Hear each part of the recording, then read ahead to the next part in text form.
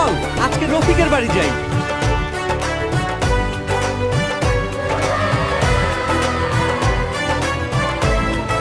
রফিক,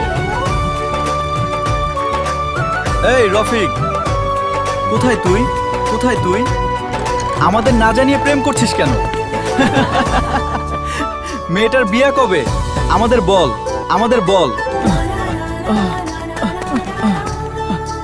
এখন যাওয়া যাবে না।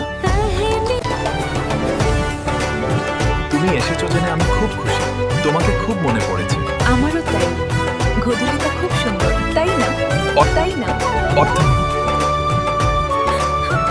তুমি কি আমাকে ছাড়া ওই বুড়া বেটাকে বিয়ে করবা? আমি কি করব বলো? চলো পালাই গিয়ে বিয়ে করে ফেলি। না বন্ধু, এসব করিস না। চল মেম্বার কাকার কাছে সবাই মিলে যাই। সুখে থাকতে চাই। আচ্ছা তোমরা বাসায় যাও। ও, আমি তোমাদের ফ্যামিলির সাথে কথা বলবো। কি বলবা তাড়াতাড়ি বলো, আমাকে ইউনিয়ন পরিষদে যেতে হবে। আমরা দুজন একে অপরকে অনেক ভালোবাসি। ও, আমরা বিয়ে করে সুখে থাকতে চাই। তোমার মেয়ে আর রফিক দুইজন একে অপরকে ভালোবাসে, তাদের বিয়ে দিয়ে দাও। ওর সাথে বিয়ে দিব না, এটাই আমার শেষ কথা, আমার শেষ কথা। কালকে বিকালে তিস্তা ব্রিজের নিচে দেখা করো। আমি জানি না আমি কি করব, খুব কষ্ট হচ্ছে।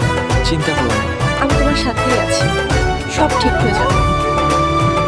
চল কাজী অফিসে গিয়ে তোদের বিয়ে দেই।